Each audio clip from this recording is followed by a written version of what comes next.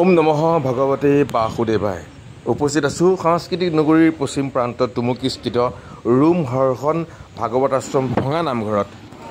পৰম ভক্তগণক জনাবলৈ পাই সুখী হ'ম যে এই ৰুম হৰ্ষণ ভাগৱত আশ্ৰমত প্ৰথমবাৰৰ বাবে অনুষ্ঠিত হৈছে ভাওনা নাট আৰু লোকবিশ্বাসৰ অন্যতম ধৰ্মীয় ক্ষেত্ৰত ভাওনা প্ৰদৰ্শনত উৎফুল্লিত হৈছে সমূহ ভক্তপ্ৰাণ পিঠাখোৱাবাসী।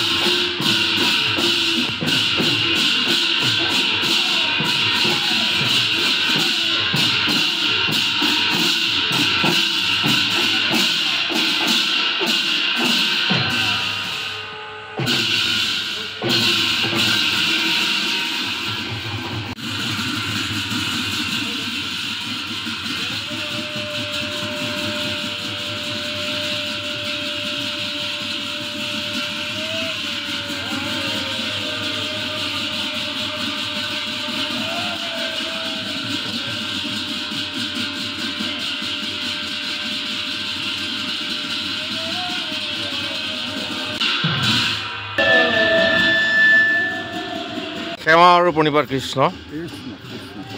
ৰুমখনত পাতনি মেলিছে ভাওনা প্ৰদৰ্শনেৰে। আপোনালোকৰ মনৰ আধ্যাত্মিক চিন্তাত যিবোৰ কথা সেইবোৰ ৰাইজে জানিব বিচাৰিছে, কওক দুআষাৰ আজি পবিত্ৰ মুহূৰ্তত। আমাৰ ৰুম হৰ্ষণ ভাগৱত আশ্ৰম তথা ভঙা নামঘৰ এই অনুষ্ঠানৰ পৰা আমি সাংবাদিক হিচাপে আহি পেলাই আমাৰ এই কথা কেষাৰ লোৱাৰ কাৰণে আমি নথৈ সুখী হৈছোঁ।